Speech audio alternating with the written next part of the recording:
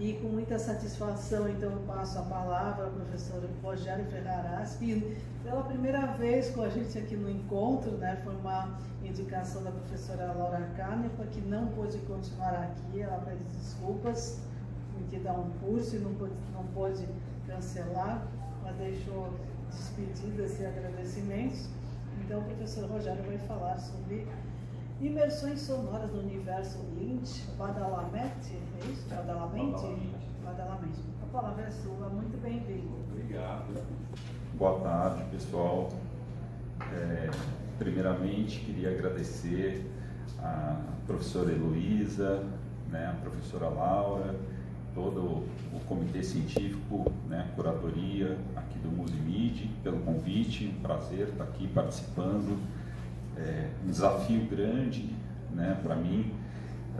Quando eu recebi o convite da Laura, né, eu fiquei pensando, falei, nossa, o campo dos estudos do som, dos estudos da música, nunca foi o meu campo específico, né, de atuação, né, de pesquisa, né, o que eu vou poder contribuir, né, com tantos especialistas da área, né. E gostaria de ter vindo antes, mas não consegui, não foi possível.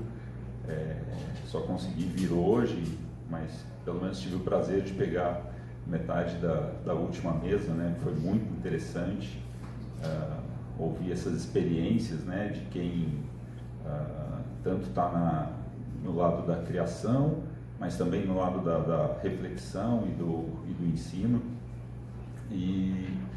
Mas, enfim, quando eu recebi o convite, eu fiquei, né, um pouquinho tenso. Falei, o que eu vou poder levar, né, para contribuir, né, com o Musimid. E aí eu fiquei sabendo do tema do ano, a Sociedade do Cansaço, a música como droga. Imediatamente, né, eu lembrei de uma música do Nine Inch Nails, The Perfect Drug, né, a droga perfeita. E uma música que faz parte da trilha sonora de Estrada Perdida, do David Lynch. O David Lynch sempre foi um admirador, né, do Nine Inch Nails, já usou bastante coisa do Nine Inch Nails, né, em suas obras. E aí eu lembrei, falei, nossa, tem uma música, né, na trilha de um dos grandes filmes, né? Eu sou suspeito, para mim todos os filmes do Lynch são grandes filmes, né? Mas acho que eu vou começar por aí, então, né? Uma possível relação, né? E eu me lembrei que a Lúcia Najib, que foi minha orientadora de doutorado, quando o filme foi lançado no Brasil, a Folha de São Paulo tinha o Caderno Mais, né? E eles dedicaram uma edição especial do Mais quase que totalmente ao filme do Lynch, Lost Highway. E a crítica da Lúcia Najib, né, ela foi uma das colaboradoras daquele Caderno Mais, a crítica dela se chamava A Droga Perfeita que Vem do Som. Aí eu pensei, falei, nossa, acho que está aí a ligação, né? Alguma coisa acho que vai dar para a gente trocar, fazer um bate-papo bacana lá no evento, no encerramento do evento, né? Então eu parti daí. E pensando na Lúcia Najib, obviamente que eu acabei lembrando do meu doutorado, né, da minha tese. Tive o prazer de ouvir, né, você falando da UCLA, né, tive o prazer de fazer meu sanduíche na UCLA em 2002, e entrevistar o Lynch lá, né, em Los Angeles. E isso fez parte ali da minha formação e da construção da tese, né? E aí eu pensei, falei, tá, para falar sobre imersões sonoras no universo Lynch Badalamenti, eu vou começar falando um pouquinho da minha tese, né? Do que foi a minha tese, que era uma análise, né? Era um trabalho analítico sobre a obra do Lynch em geral, não especificamente sobre som e música. E a partir da tese eu vou construir certos ganchos, né, especialmente na parceria com o Ângelo Badalamenti. Então foi a partir daí que eu construí essa minha apresentação. Só que essa minha apresentação eu achei melhor também colocar trechos de alguns filmes e da série Twin Peaks, para a gente poder assistir e conversar depois, bater um papo depois. Por que esses dois filmes, né, aqui no primeiro slide, né, na capa aqui da minha apresentação? Porque nesses dois filmes, não só o Badalamenti ele trabalha, né, como o músico, como compositor, mas ele também aparece nesses dois filmes.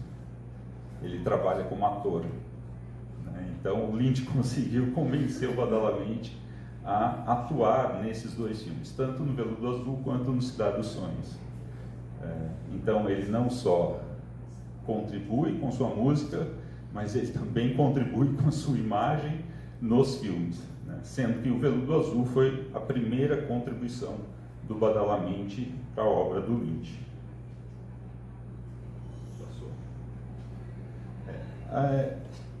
A tese, o cinema limítrofe de David Lynch, ela já tem um tempo, né? Eu defendi em 2003, então já se vão aí 22 anos. Mas penso que ela ainda é válida, né? Tem alguns probleminhas com o texto. Quando eu volto, sempre é assim, né? Com os nossos textos, com as nossas criações, né? Quando a gente volta um tempo depois, né, para os nossos trabalhos, a gente sempre encontra uma coisa ou outra que fala, não acredito que eu escrevi isso, que eu publiquei. Mas eu acho que a tese em si, né, ela ainda é válida, né? Essa ideia do cinema limítrofe, né, ou fronteiriço, que trabalha exatamente nos limites entre ilusionismo e anti-ilusionismo, narrativa clássica e propostas de vanguarda, cinema comercial e filme experimental.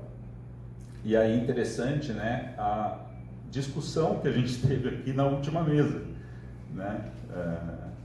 O Lynch com certeza, né, estaria bem servido naquela discussão, porque o Lynch ele constrói a sua obra justamente nessa zona limítrofe, nessa zona fronteiriça, né? Ele não abdica do cinema de gênero, ele não abdica de estratégias narrativas clássicas ou convencionais, mas ao mesmo tempo ele se alia a um cinema experimental vanguardista, muito ligado às propostas vanguardistas dos anos 20, né? Cinema surrealista, cinema expressionista, enfim. De forma criativa, seus filmes tanto exploram as convenções narrativas quanto realizam uma renovação da linguagem cinematográfica. Esse cinema limítrofe embaralha formas e conceitos artísticos distintos, produzindo um quebra-cabeça estético, em que a junção das partes, ou pistas, resulta na formação de um todo complexo e de múltiplos significados. A obra de Lynch é baseada nos contrastes e nas analogias, né? Então ele vai trabalhar tanto com contrastes como com analogias existentes entre ilusão e realidade, sanidade e loucura, interior e exterior, corpo e mente, elementos naturais e elementos fabricados. E mais uma vez a gente encontra, né, uma relação direta com o tema, né, do evento desse ano. Seu cinema, portanto, não opta por um ou outro polo. Ele encontra-se na difícil e ruidosa área em que as fronteiras se entrecruzam. Essa era a hipótese, né, da tese, e eu penso que ela ainda é válida, mesmo com as obras posteriores, né, que o Lynch realizou depois de 2003. David Lynch, Eagle Scout, Missoula, Montana. O que significa isso? O Lynch, ele nasce então, né, em Missoula, Montana, e ele colocava isso na apresentação do currículo dele, inclusive um material de imprensa, né, para divulgação de Coração Selvagem de 90, só tinha isso, com um mini-bill, né, a mini-bill, né, o currículo do Lynch era David Lynch, escoteiro Águia, Missoula, Montana. Ele gostava de brincar muito com esse dado da história familiar dele, né?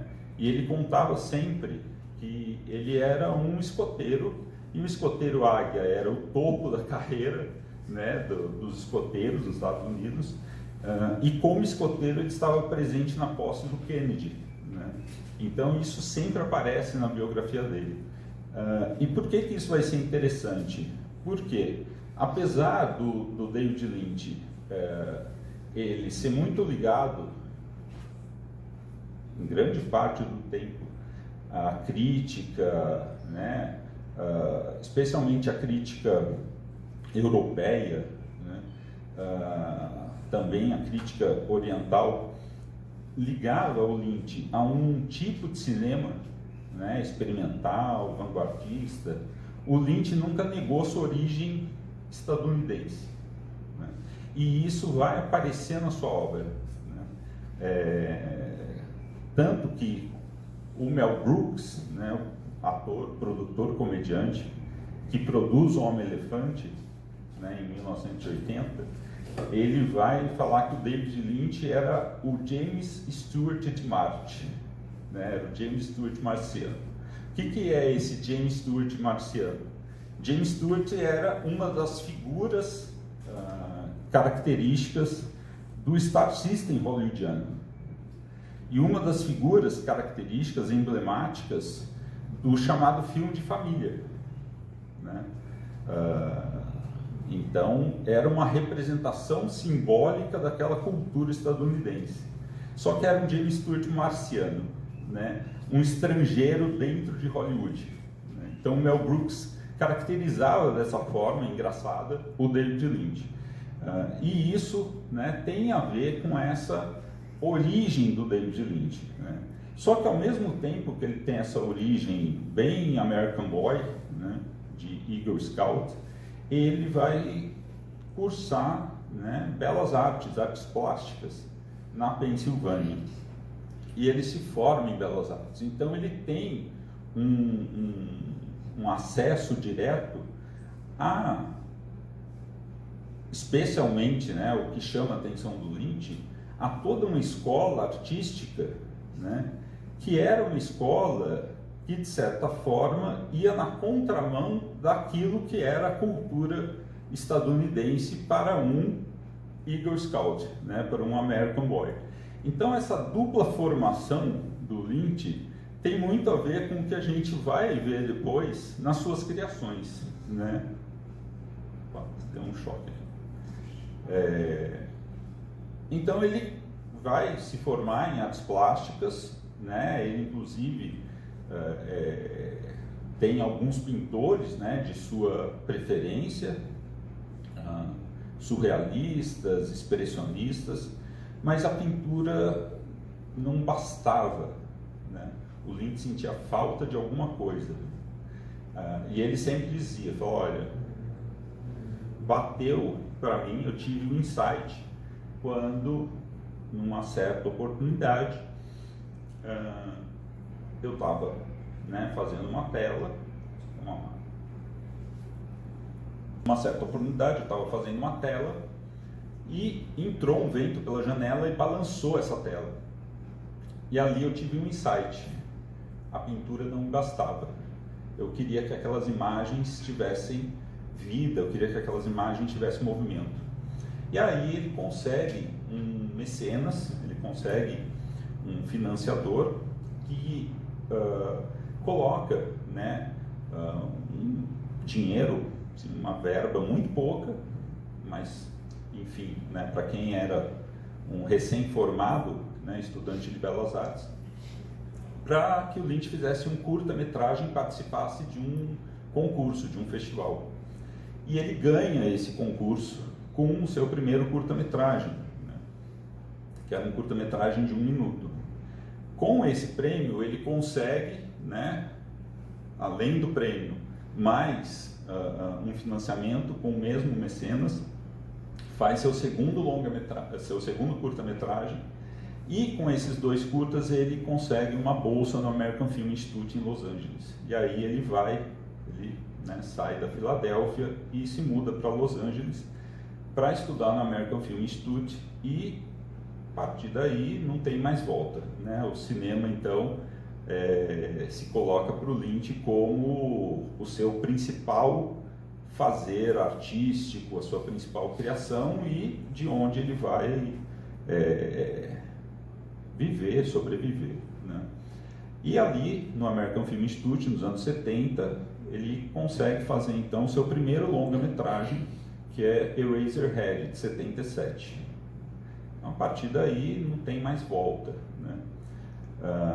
Com Eraserhead, o Lynch se torna, né, relativamente famoso, porque é um filme que faz muito sucesso nos circuitos alternativos dos Estados Unidos, se torna um dos principais midnight movies, né, aquelas sessões da meia-noite que aconteciam especialmente nos finais de semana, e chama muita atenção da imprensa, da crítica e tudo mais, e chega no Mel Brooks, né, e o Mel Brooks então resolve contratar, né, o jovem cineasta para dirigir O Homem-Elefante, né, em 80. Aí o Homem-Elefante, né, faz um sucesso tremendo, né, recebe várias indicações a Oscar, a outras premiações, e o Lynch passa a ser um nome quente. Até então não tem relação nenhuma com o Badalamenti. O Lynch nem conhecia o Badalamenti, né? No Eraserhead, o Lynch é que cuida da própria criação musical, né? Ele mais 2 colegas ali que ele conhecia, do próprio American Film Institute, né?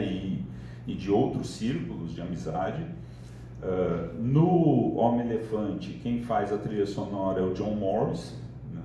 Então não tem relação nenhuma ainda com Badalamenti. E a partir do sucesso do Homem-Elefante, o Lynch passa a receber vários convites, inclusive para dirigir o Retorno de Jedi, né? Ele é o primeiro nome cotado para dirigir o Retorno de Jedi. O George Lucas faz uma reunião com ele, mas ele, né, agradece, mas fala, não tem interesse nisso, né? O interesse é zero, né, nesse tipo de filme. Um tempinho depois que ele rejeita o Retorno de Jedi, Dino De Laurentiis, né, e a Rafaela De Laurentiis, sua filha, convidam o Lynch para dirigir a adaptação de Duna, né, o romance clássico de ficção científica, e ele aceita. Só que ele não tem, pelo contrato assinado, direito, né, ao corte final, né, entrando um pouco naquelas discussões sobre indústria, né? Ele não tem direito ao corte final.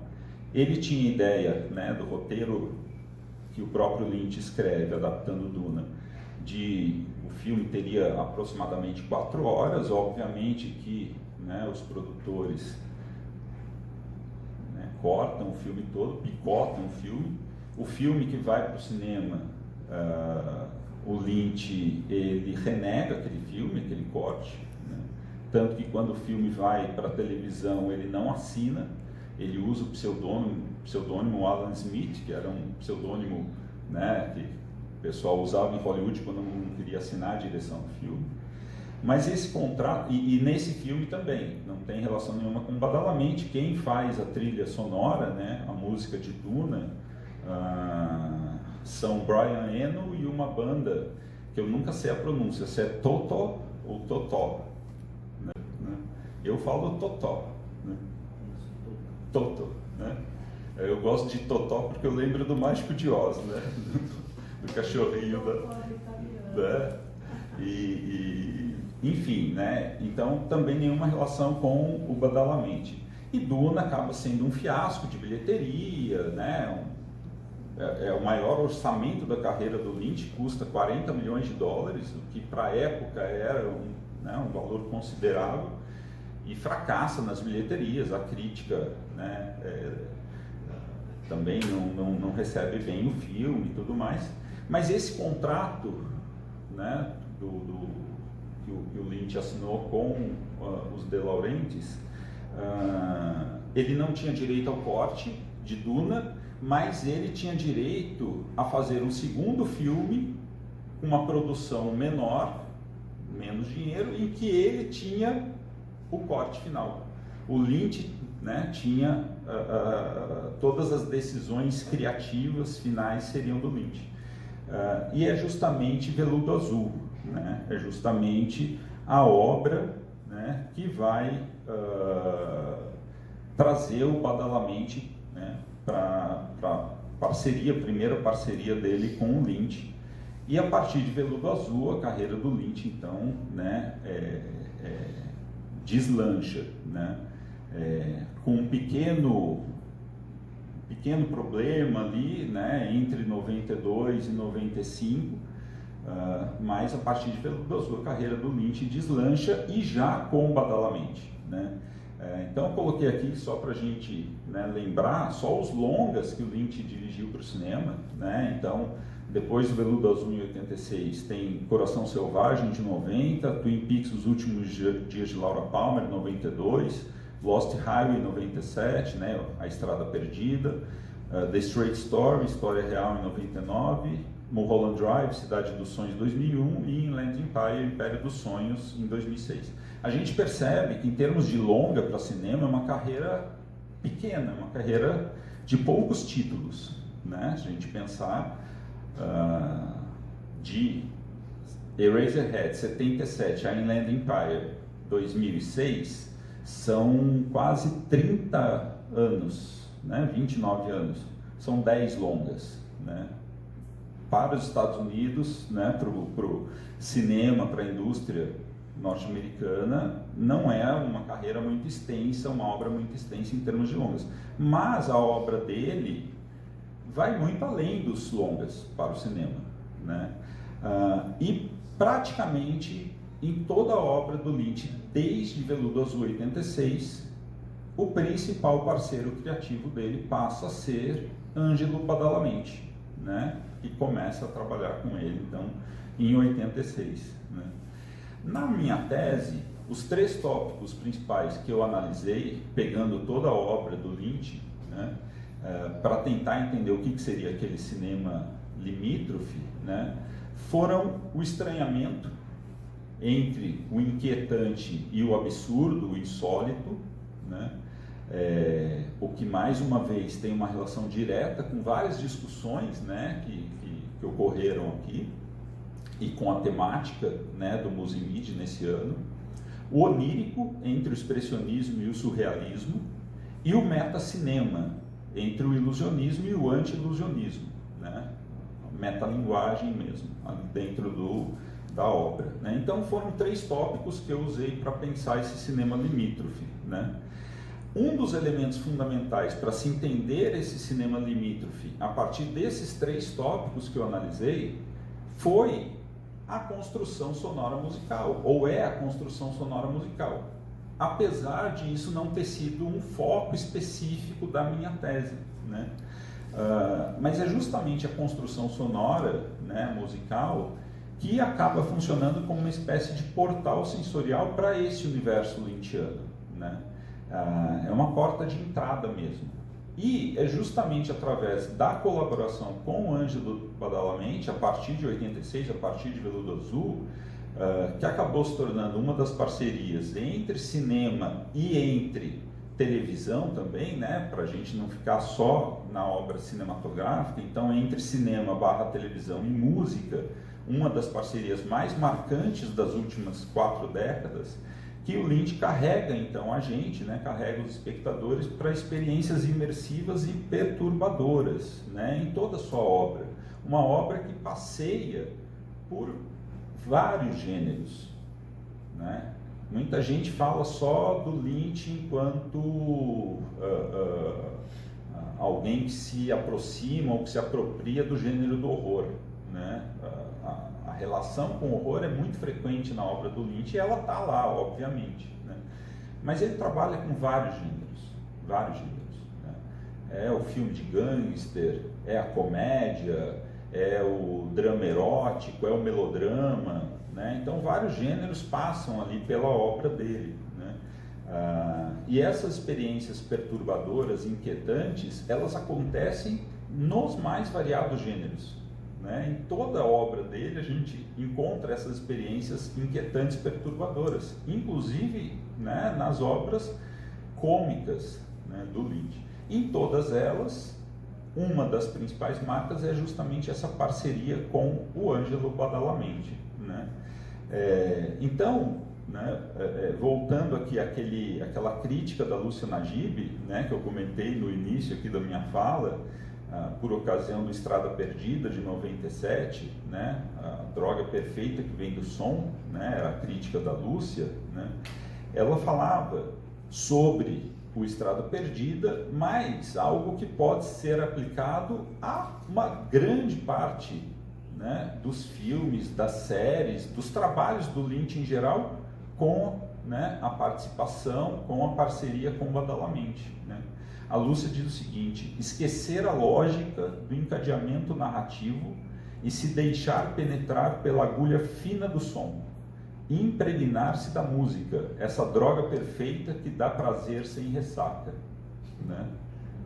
Então, assim, tem muito a ver com a obra dele em geral, com a parceria que ele vai criar com o Badalamenti e, claro, com também os sound designers, né? O próprio Lynch, ele é um sound designer, ele faz sound design de vários filmes, né, de várias obras, né, dos seus próprios filmes, mas ele também trabalha em parceria com outros sound designers. O mais famoso, talvez, a parceria mais famosa em termos de sound design do Lynch é com o Alan Splatt, né, que foi um importante sound designer, né, do cinema estadunidense, de Hollywood. Ele trabalha com o Lynch, inclusive, no Veludo Azul. Mas então essa frase, né, essa pincelada que a Lúcia dá para falar do Estrada Perdida, a gente poderia pensar na obra do Lynch como um todo, né? Eu ainda não tive a oportunidade de ler esse livro. Esse livro acabou de ser lançado, foi lançado esse ano, tá? Mas eu quis trazer já aqui, né, para mostrar para vocês, né? É um livro específico sobre essa parceria do Lynch com o Badalamenti, né? A Dream Come True, né? Colaboração de David Lynch e Angelo Badalamenti, do Stefan Eich, né? Não sei a pronúncia correta do nome, mas esse livro realmente, sim, eu não conheço ainda, tá? Mas enfim, são algumas pinceladas que eu trouxe para vocês, mas eu queria agora mostrar trechos. Eu selecionei alguns trechos, minutei e queria mostrar para a gente ver então, né, como que funciona essa parceria nos mais variados gêneros, no cinema e na televisão. Então vou mostrar alguns trechos de Veludo Azul, né, um trechinho final do Coração Selvagem, só para fazer uma relação rápida com uma outra produção da dupla, né, David Lynch e Angelo Badalamenti. Eles criaram um espetáculo musical que foi filmado ao vivo, né, protagonizado pela Julie Cruz, né, que era uma das cantoras preferidas do Lynch e do Badalamenti, que aparece em Twin Peaks, né, e tudo mais. É um espetáculo musical chamado Industrial Symphony No. 1, né? Então foi todo desenvolvido, realizado, captado, né? E eles então editam esse é quase que uma ópera rock, eletroacústica, não sei como definir exatamente aquele espetáculo musical, o Industrial Symphony, roteirizado, musicado pelo Badalamenti e pelo Lynch, né? E depois a gente vai ver algumas coisinhas então do Twin Peaks, né? Inclusive com um videozinho, né, do próprio Badalamenti contando, né, como que se deu essa parceria e como que ele cria uma das principais peças ali, uma das principais músicas, né, da trilha de Twin Peaks, tá? Então eu só vou pedir um pouquinho de paciência para vocês. Eu não tive tempo de editar, então os arquivos estão separados, eu minutei aqui, eu vou colocando nos pontos. Obrigado, muito obrigado. Como tem um outro trechinho rapidinho que eu quero mostrar do Blue Velvet, eu vou colocar depois, eu volto aqui, tá? Para comentar, tá? Com vocês. So the records go straight though. Not automatic. Será que tem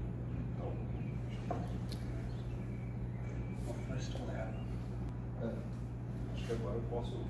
Vou lá acender a luz aqui. Opa, obrigado. Esse que está tocando piano é o Angelo Badalamenti. Tá?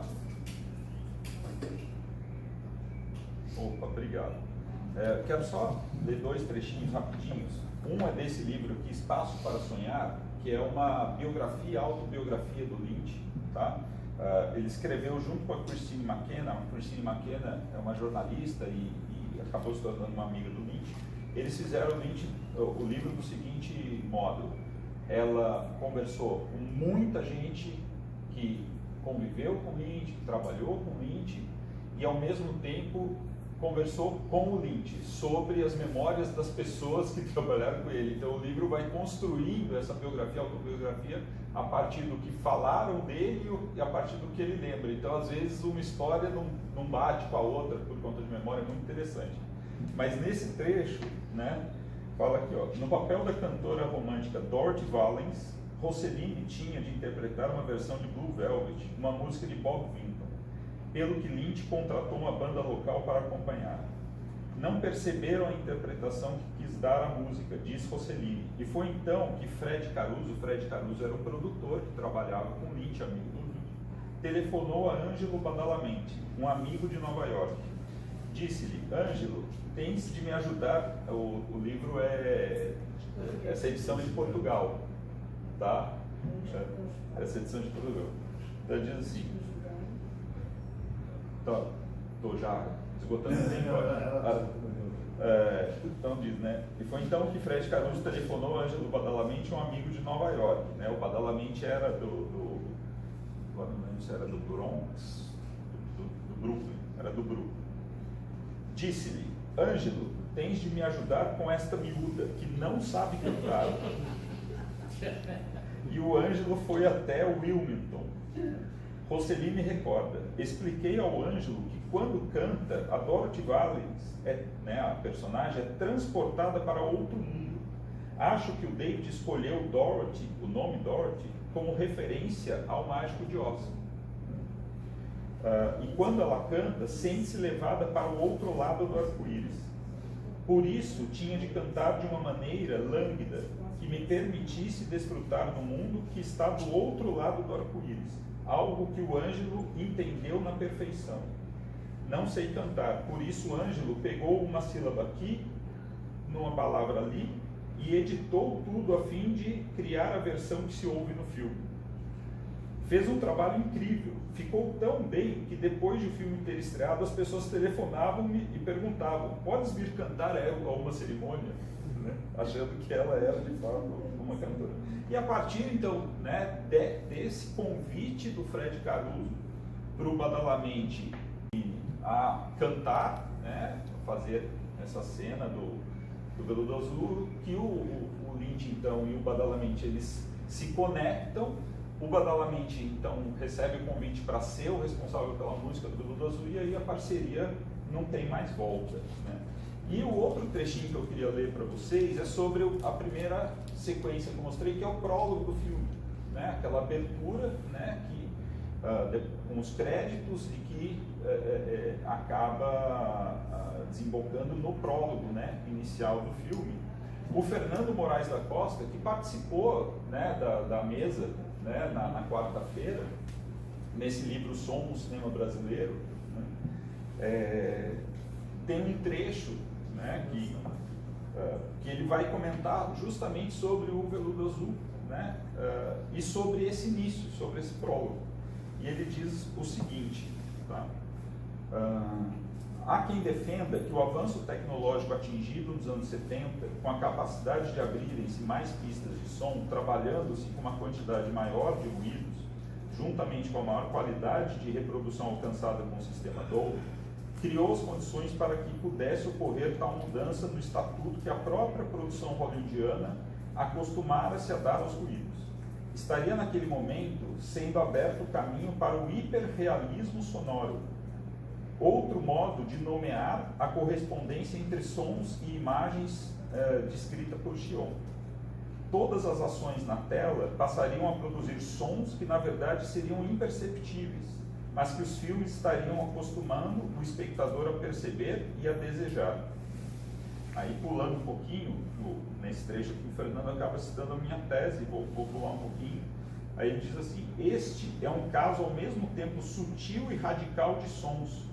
O andar das formigas, né, falando aqui agora do prólogo, o andar das formigas e dos besouros que jamais seriam percebidos na realidade, mas que, estão exagerados nas telas a ponto de integrarem-se à construção sonora, no mesmo nível da música. Embora a intenção aqui seja causar estranheza, não se trata de um exemplo isolado, mas sim imerso nas possibilidades de amplificação dos ruídos em voga no cinema norte-americano há 30 anos. O exagero da percepção travestido de plausível, típico de David Lynch. Como ele está enxergando esse prólogo.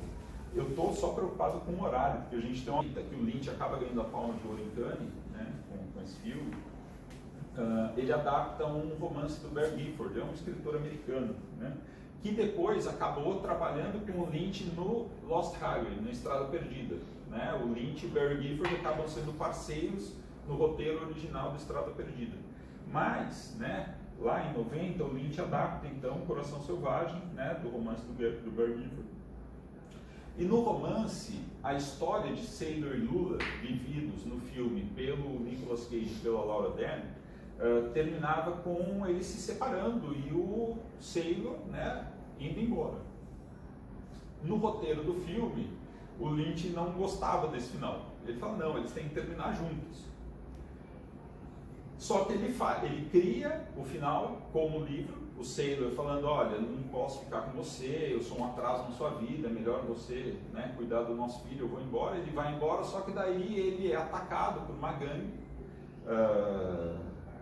ele, né, apanha pra caramba, daí ele cai no chão e ele tem uma visão da bruxa boa do Mágico de Oz. Né? E a bruxa boa do Mágico de Oz diz para ele, você não pode virar as costas para o amor, Sailor. E por conta da aparição da bruxa boa do Mágico de Oz, ele volta então para Lula e tem o final feliz. Né? E ele termina cantando Love Me Tender, do Elvis Presley, que ele só cantaria essa música para o amor da vida dele. Esse é o fim do filme. Logo depois, o Lynch e o Badalamenti vão criar o espetáculo musical para Julie Cruz, né, que era cantora. Só que eles criam esse Industrial Symphony No. 1 com um subtítulo, 2 pontos. Né? O sonho daquele que teve o coração arrasado. Né? Então, The Dream of the Broken Hearted, alguma coisa assim.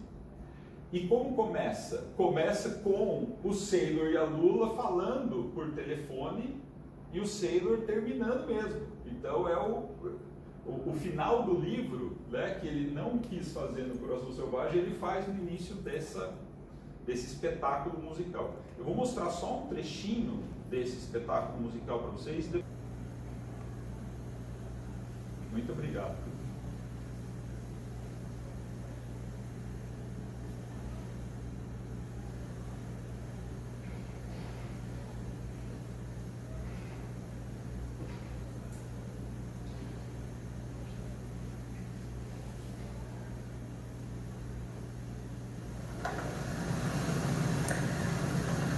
Where are you?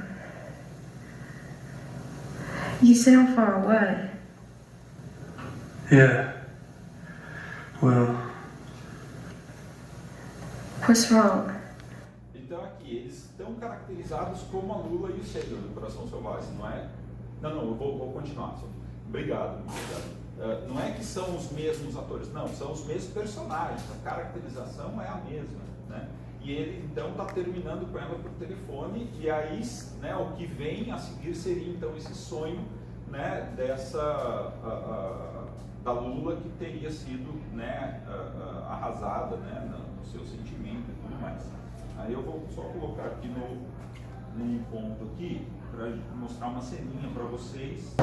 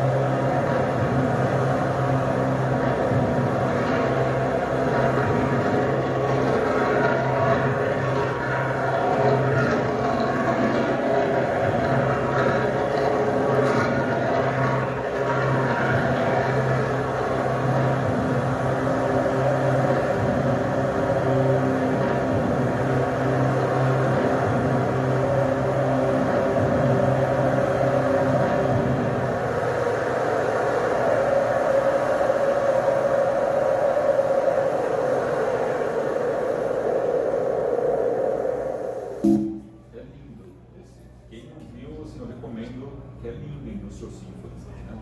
Só dá pra gente outro trechinho. E a última coisa, então, para não tomar muito mais tempo, eu queria mostrar o videozinho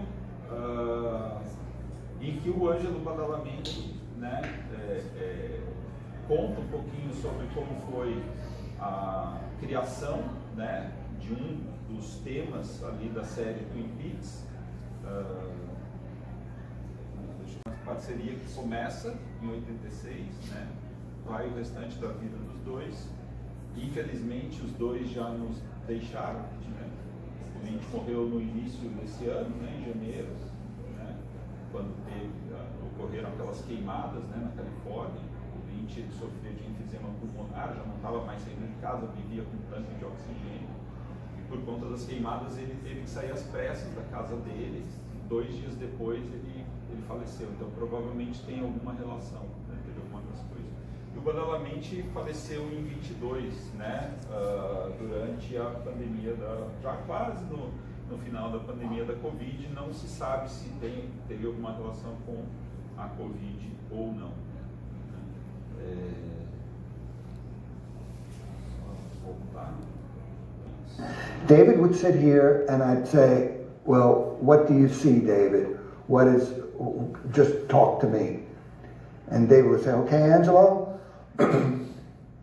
we're in a dark woods now, and there's a soft wind blowing through some sycamore trees, and there's a moon out, and there's some animal sounds in the background, and you can hear the hoot of an owl, and you're in the dark woods. You know, just get me into that beautiful darkness with the soft wind. And I started playing.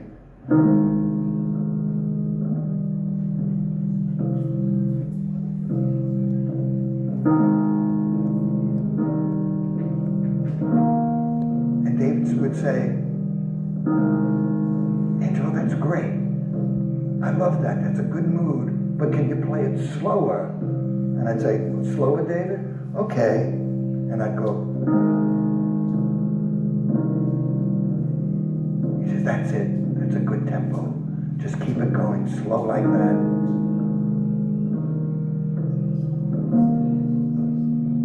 Just keep that going for a while. And in David's mind, you can just see that he was visualizing the description that he envisioned.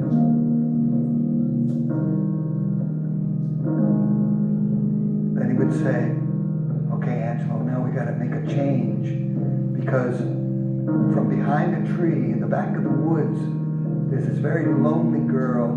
Her name is Laura Palmer, and it's very sad, but get something that matches her. And I just segued into this.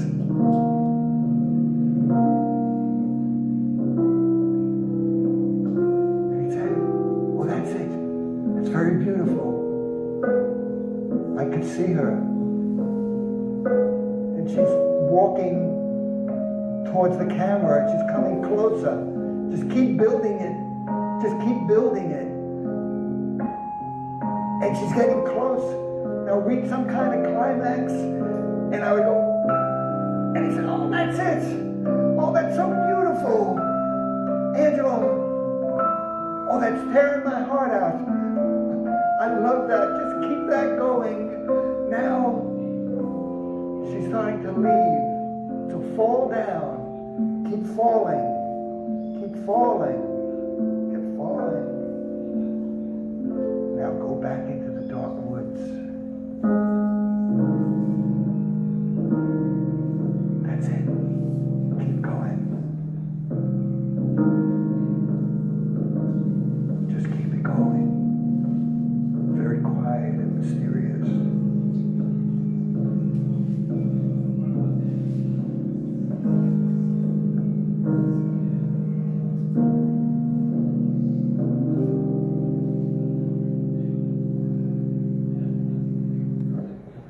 David got up and gave me a big hug. He said, Angelo, that's Twin Peaks.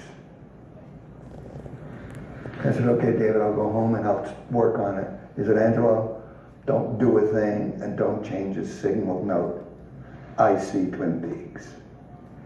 And that's how it was done. Bom, é isso, pessoal. Muito obrigado. Desculpe se eu passei do horário, mas fica aí a homenagem.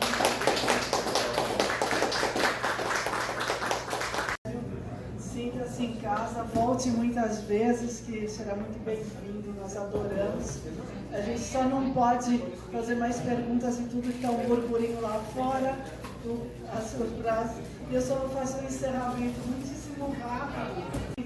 A todos vocês que ficaram presentes aqui esses dias, o quanto puderam, a todos os palestrantes, convidados, ao pessoal que não está aqui, que a gente não vê, da Unip, que ajudou bastante, como o Guilherme, que montou os livrinhos, depois de ter dado modelo, né? A Andressa lá também ajudou bastante. O Paulo Henrique, que fez todas aquelas chamadas aterrorizantes, né, que vocês viram.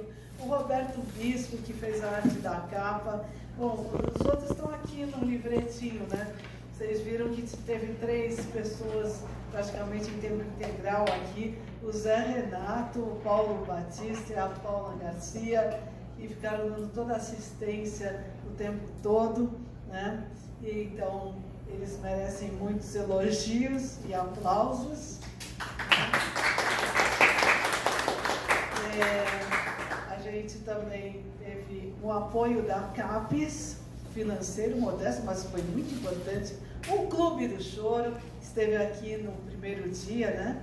Agora o Madrigal Ars Viva, que a gente agradece logo em seguida. A Pinacoteca, acho que o Fábio está vindo por aí.